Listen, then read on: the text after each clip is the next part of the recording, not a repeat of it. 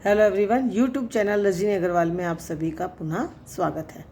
आज की प्रस्तुति है लेख कैसे लिखना है इम्तिहान के दिन पर। विषय है इम्तिहान के दिन और इस लेख पर जो है अपने विचारों की अभिव्यक्ति देनी है। तो ये तो इम्तिहान तो जो है सभी के जीवन में होते हैं। बच्चों के जीवन में साल में एक बार दो बार कभी भी, क्योंकि पहले साल में एक बार परीक्षा होती थी, अब अर्धवार्षिक परीक्षा भी होती है और वार्षिक परीक्षा भी होती है और बीच बीच में जो मासिक परीक्षाएं चलती हैं वो भी चलती रहती हैं। तो इम्तिहान के दिन के ऊपर जो है अपने विचारों की अभिव्यक्ति देनी है।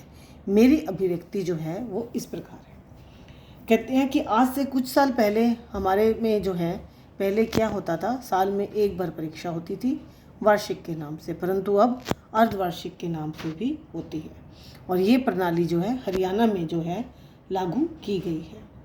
कहते मैं ये देखती हूँ कि अर्धवार्षिक परीक्षा में पढ़ाई इम्तिहान में धैर्य, दृढ़ता और परिपक्वता का बहुत ज़्यादा जो है अहम रोल होता है।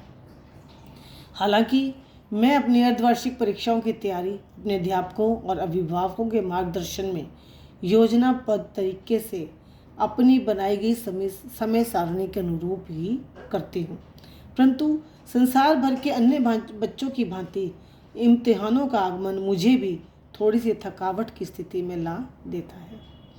संभवतः यह मनोविज्ञान के अनुरूप ही है, परंतु मैं अपनी योजनाबद्ध रणनीतियों के कारण शीघ्र ही अपनी घबराहट पर न केवल नियंत्रण कर लेती हूँ, अपितु इम्तिहानों के 10-15 दिनों के समय हेतु एक विशिष्ट समय सारणी भी बना लेती हूँ, ताकि जिससे मुझे जो है अच्छे अंक मिल सकें और मैं अच्छे से सफलता प्राप्त कर सकूँ।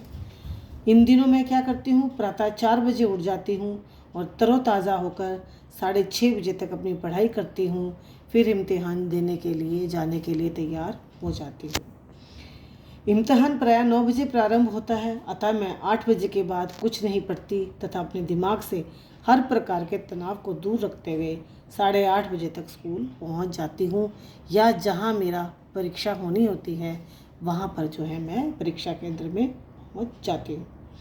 वहाँ अपने मित्रों के साथ हल्की गपशप करते हुए समय पर अपना स्थान ग्रहण कर लेती हूँ तथा पेपर मिलने के बाद अपने प्रश्नों को 2-3 बार अच्छी तरह से पढ़कर ये तय कर लेती हूँ कि मैंने कौन सा प्रश्न का उत्तर पहले लिखना है और कौन से का बाद में। लिखाई की सफाई व पेपर के समय का ध्यान रखते हुए समय रहते मैं अपना पेपर पूरा करके अपने पर्यवेक्षक को दे देती हूँ। घर आकर खाने की पीने के बाद कुछ देर विश्राम करती हूँ तथा उसके बाद फिर अपने अगले इम्तिहान की तैयारी में जुट जाती हूँ।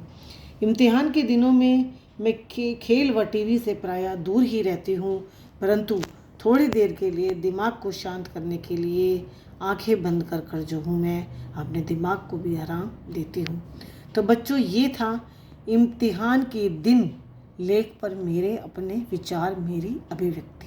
आशा करती हूँ आपको ये अच्छे से समझ आई होगी और इसी तरह कितने ही लेखों पर आप भी अपने विचार अपने ढंग से अभिव्यक्त कर सकते हैं।